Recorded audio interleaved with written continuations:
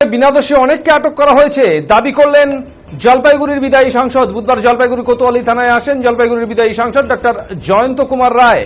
ধূপগুড়ি ঘটনায় আটকদের সাথে দেখা করেন তিনি। এরপর সাংবাদিকদের মুখোমুখি হয়ে তিনি বলেন, ধূপগুড়িতে যে ঘটনা ঘটেছে তা দুঃখজনক।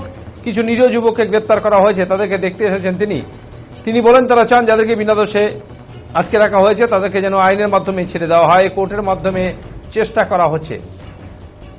জেলা পুলিশ সুপারকে ফোন করা হলেও পুলিশ সুপার ফোন তোলেননি বলে দাবি বিদায়ী সাংসদের। তিনি বলেন তিনি কয়েকবার এসপির সাথে ফোনে যোগাযোগ করার চেষ্টা করেন, কিন্তু কোনো রেসপন্স দেননি তিনি, তার ফোন ধরেননি। তাই বাধ্য হয়ে তিনি লিখিতভাবে জানিয়ে এসেছেন এবং ডিএমকেও সেই কপি দিয়েছেন। রামকৃষ্ণ মিশনের আক্রমণের ঘটনাতেও সরব তিনি। এই ঘটনায় তিনি সিপির সঙ্গে দেখা করবেন এবং হায়ার অথরিটিকে জানাবেন বলে জানান। এদিন পুলিশ হেফাজতে থাকা ধূপগুড়ির প্রাক্তন বিধায়িকা মিতালি রায় সহ অন্যান্যদের সঙ্গে দেখা করতে জলপাইগুড়ি কোতোয়ালি থানায় যান জলপাইগুড়ির বিদায়ী সাংসদ ডক্টর জয়ন্ত কুমার রায় সহ বিজেপির জেলা সভাপতি বাপি গোস্বামী এবং যুব মোর্চা জেলা সভাপতি পলেন ঘোষ সহ বিভিন্ন নেতৃত্ব। আপনারা জানেন ধূপগুড়িতে যে ইনসিডেন্টটা হয়েছে খুব দুঃখজনক। কিছু নিরীহ যুবক তাদেরকে অ্যারেস্ট করে রাখা হয়েছে। আগামী 24 তারিখে তাদেরকে প্রডিউসও করা হবে। তাদেরকেই দেখতে এসছেন, তাদের সুবিধা অসুবিধা কী আছে আজকে বলছে।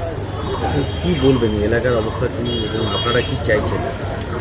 দেখুন, আমরা তো চাইছি এই সমস্ত বিনা দোষে এই যে আমাদের সনাতন সমাজের কিছু লোকজন ইনক্লুডিং মিতালি রায় যাদেরকে বিনা দোষে আটকে রাখা হয়েছে, তাদেরকে ধরা হয়েছে, অ্যারেস্ট করা হয়েছে, এদেরকে যাতে ইমিডিয়েটলি রিলিজ করা হয় আইনের মাধ্যমে, সেটার জন্য আমরা যে কোর্টের মাধ্যমে সেটার চেষ্টা করছি। আর একটা তো নিউট্রালিটির একটা অভাব একটু আমরা এখানে সবসময় দেখতে পাই। কারণ রামকৃষ্ণ মিশনের মতো প্রতিষ্ঠানকে যখন আক্রমণ করা হয়, সেখানে সাধু সন্তদের যখন আক্রমণ করা হয়, এমনকি তাদেরকে মারার হুমকি দেওয়া হয় এবং অ্যাবডাক্ট করা হয়, তাদেরকে অপহরণ করা হয়, তখন আমরা কোন রাজ্যে বসবাস করছি বুঝতেই পারছেন।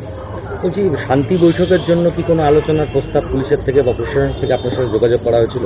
না, আমি নিজেই এসপির সাথে কয়েকবার ফোনে যোগাযোগ করার চেষ্টা করি, কিন্তু কোনো রেসপন্স তিনি দেন না। আমার ফোনটা পর্যন্ত থাকে না। বাধ্য হয়ে আমি লিখিতভাবে জানাই